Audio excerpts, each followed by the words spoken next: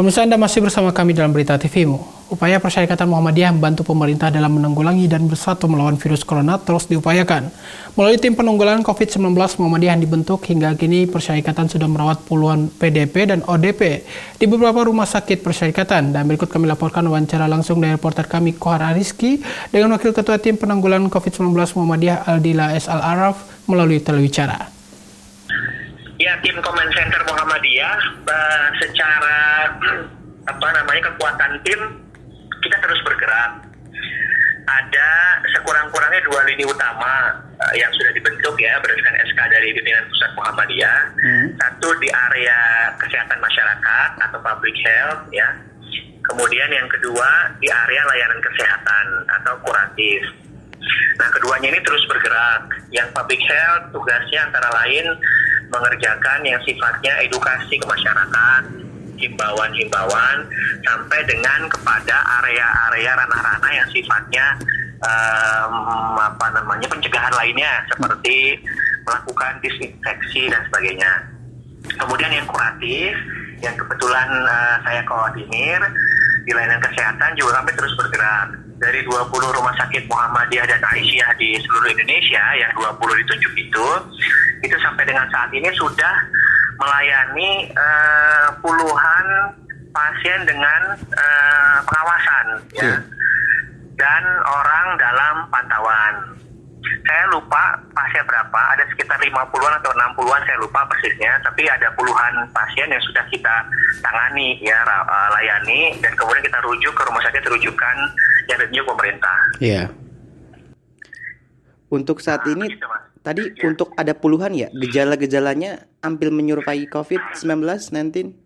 Iya, betul. Jadi kalau yang kategori PDP, pasien dalam pengawasan, adalah memang orang-orang yang dia punya faktor resiko ya, apakah dari negara terjangkit ya, luar negeri ataupun di Indonesia, karena Indonesia sudah negara terjangkit, itu berarti ke daerah terjangkit. Misalkan sekarang yang sudah tanggap darurat bencana itu kan Jakarta ya. Iya, betul.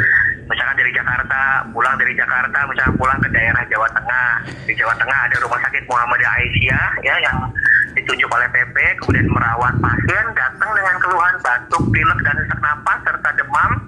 Nah, yang seperti itu adalah masuk kategori pasien dalam pengawasan. Oke. Jadi memang gejala mengarah kepada COVID-19. Yeah. Gitu. Kemudian kalau cuma gejala yang ringan, misalkan pulang dari Jakarta, batuk pilek ya, gejala yang ringan itu masuk kategori ODP. Nah, ODP pun kita sudah banyak yang kita juga layani gitu. Oke. Nah, untuk tahap dari lanjutan maksudnya kan ke rumah sakit Muhammadiyah, itu langkah yang dilakukan dari rumah sakit Muhammadiyah apa tuh pas awal menerima pasien?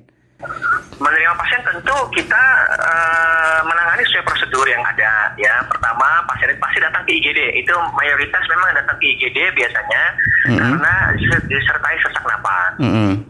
Dan ini alhamdulillahnya ya, masyarakat tingkat awareness-nya, kewaspadaannya ya, pengetahuannya cukup baik, sehingga mereka merasa, wah ini saya dari luar negeri ya. Kemudian kami menangani beberapa yang dari umroh begitu ya. Saya dari luar negeri, kemudian kok saya demam, batuk pilek, sesak napas. Nah, mereka sudah tingkat kesadarannya baik, sehingga mereka datang ke IGD. Nah, begitu datang ke IGD, pasien ditangani di ruang isolasi IGD ya.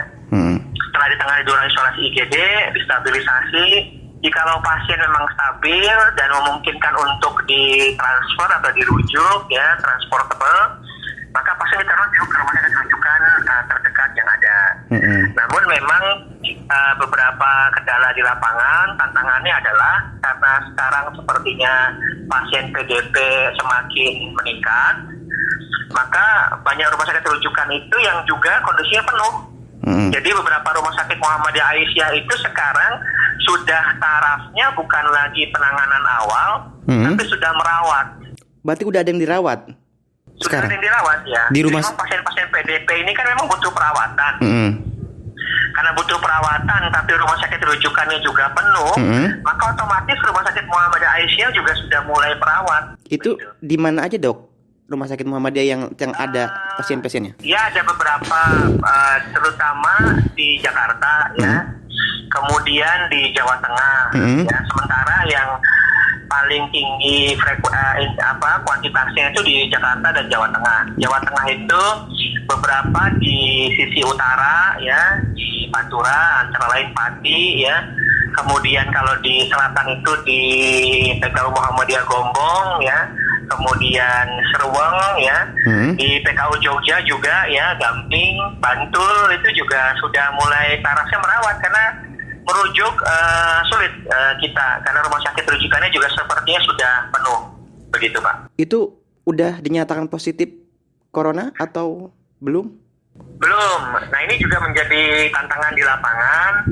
Kita juga sulit mendiagnosis positif corona karena diagnosis positif corona harus dengan gold standarnya adalah pemeriksaan laboratorium swab tenggorok ya Pak ya. Harus swab tenggorok, kemudian dikirim ke laboratorium, diperiksa untuk memeriksa virusnya apa ini atau penyebab sakitnya apa.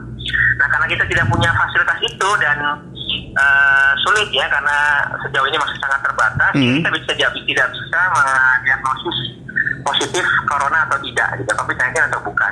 Berarti kendalanya di alat ya? Salah satu upaya kita adalah beraudiensi ya, meminta kepada pemerintah agar kita ya bisa untuk memeriksa juga, gitu ya. Berarti dari permintaan dari Rumah Sakit Muhammadiyah untuk diberikan alat termasuk untuk mengetes. Ya, betul. Apa? Oke. Nah, itu tadi saya mau memastikan itu jumlah tadi yang dari Rumah Sakit Muhammadiyah ada berapa puluhan? Bisa dipastikan berapa puluhannya? Aduh, saya lagi nggak buka data, Pak. Terakhir kemarin kami laporkan ke pimpinan pusat itu ada beberapa puluh, Pak. Saya lupa persisnya. Berarti puluhan ya? Puluhan ya, sudah puluhan. Baik yang ODP dan juga PDP ya, Pak ya. Oke, siap. Sebenarnya virus ini sampai kapan sih berakhirnya? Maksudnya menurut kalau kita lihat? Ya, kalau beberapa ahli, beberapa waktu lalu kami ikut rapat ya dengan beberapa pakar, ada ahli mikrobiologi, ahli paru ya. Mereka menyampaikan kalau penanganan kita baik ya, bagus, itu selambat-lambatnya kita bisa sudah mulai membaik, artinya kurvanya itu sudah menurun, yang sudah melandai, dan cenderung ke arah akan selesai, itu di akhir Agustus atau awal September ya. Okay. Kalau kita cukup agresif dan baik dalam penanganan.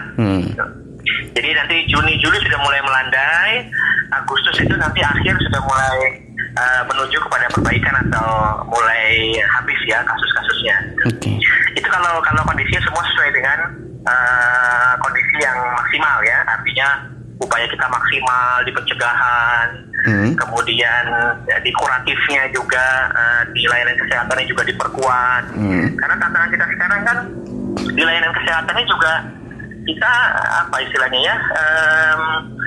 perang ini kita senjatanya kurang, karena alat pelindung dirinya kan terbatas, sulit sekali. Oke.